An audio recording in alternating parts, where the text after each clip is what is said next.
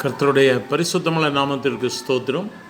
இந்த கர்த்தருடைய வார்த்தையை கேட்கிற உங்கள் யாவருக்கும் புது வருடத்தினுடைய நல் வாழ்த்துக்களை சொல்லுகிறேன். இந்த புதிய ஆண்டு உங்களுக்கு ஆசீர்வாதத்தின் ஆண்டாக, செழிப்பின் ஆண்டாக, இழந்து போனவைகளை நீங்கள் மீண்டுமாய் பெற்றுக்கொள்ளக்கூடிய ஆண்டாக இருக்கும்படியாய் வாழ்த்துகிறேன். உங்களுக்காக ஜெபிக்கிறேன். கர்த்தர் நிச்சயமாக இழந்து போனவைகளை உங்களுக்கு கொடுத்து உங்களை மேன்மைப்படுத்துவார்.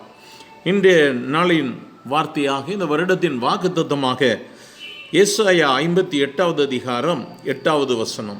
அப்பொழுது விடியற்கால வெளிப்பை போல உன் வெளிச்சம் எழும்பி உன் சுகவாழ்வு சீக்கிரத்தில் துளிர்த்து உன் நீதி உனக்கு முன்னாலே செல்லும், கர்த்தருடைய மகிமை உன்னை பின்னாலே காக்கும். விடியற்கால வெளிப்பை போல உன் வெளிச்சம் எழும்பும்.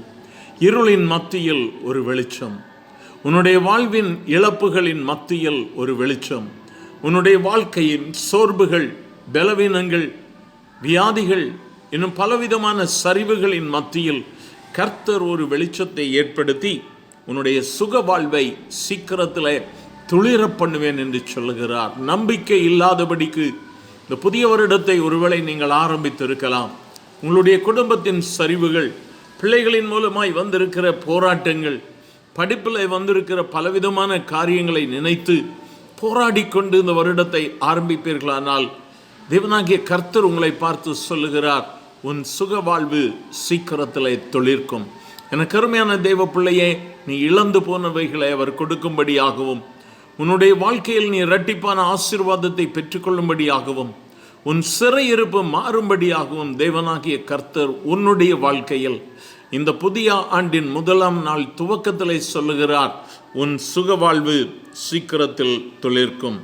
நீ கூப்பிடுவாய், கர்த்தர் மறு உத்தரவு கொடுப்பார்.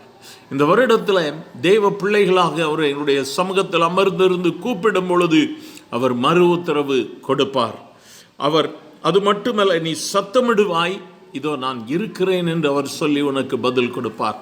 ஆகவே உன்னுடைய சுகவாழ்வு சீக்கிரத்தில் துளிர்விட போகிறபடியினால், உன்னுடைய வாழ்க்கையில் மாற்றங்கள் உருவாக போகிறபடியினால் உன் இதயத்தை முழுவதுமாக இயேசுவுக்கு நேராக திருப்பு. உன் நம்பிக்கை வீணாவதில்லை, நிச்சயமாக பதில் உண்டு. வேதத்தில் பார்க்கிற அநேக மேன்மை உள்ளவர்கள் தங்களுடைய வாழ்க்கையில் இழந்த எல்லாவற்றையும் திரும்ப பெற்றிருக்கிறார்கள். ஒருவேளை கலங்கி போய் இருக்கிறாயோ, வாய்ப்பே இல்லை என்று சொல்லுகிறாயோ, ஒருவேளை காய்ந்த மரத்தை போல பட்டுப்போன மரமாக இருக்கிறேன் என்று சொல்லுகிறாயோ, உன்னை செழிப்படைய கர்த்தர் பண்ணுவார். இதோ நீர்க்கால்களின் ஓரமாய் நடப்பட்ட ஒரு விருட்சத்தை போல உன் வாழ்வு சீக்கிரத்தில் துளிர்விட்டு இந்த வருடத்தில் கர்த்தர் உன்னை மேன்மைப்படுத்துவார், கர்த்தர் உன்னை உயர்த்துவார். யாக்கோபோடு கூட அவர் சொன்னார், நான் உனக்கு சொன்னதை செய்யும் அளவும் நான் உன்னை விட்டு விலக மாட்டேன், நான் உன்னோடு கூட இருப்பேன். அதே வார்த்தை கொடுத்தவர் இந்த நாளில் உன்னையும் உயர்ப்பிக்கிறார். ஆண்டவருக்கு நன்றி செலுத்தலாமா? எங்கள் அன்பின் ஆண்டவரை, ஆசீர்வதிக்கப்பட்ட இந்த காலை வேளைக்காய் நன்றி. உம்முடைய வாக்கு தத்தத்திற்காய் ஸ்தோத்திரம். உம்முடைய பிள்ளைகள் இந்த வாக்கு தத்தத்தை சுதந்திரிக்க கர்த்தர் உதவி செய்யும். சோர்வுகள் மாறட்டும். இயேசுவின் நாமத்தில் பிதாவே, ஆமென்.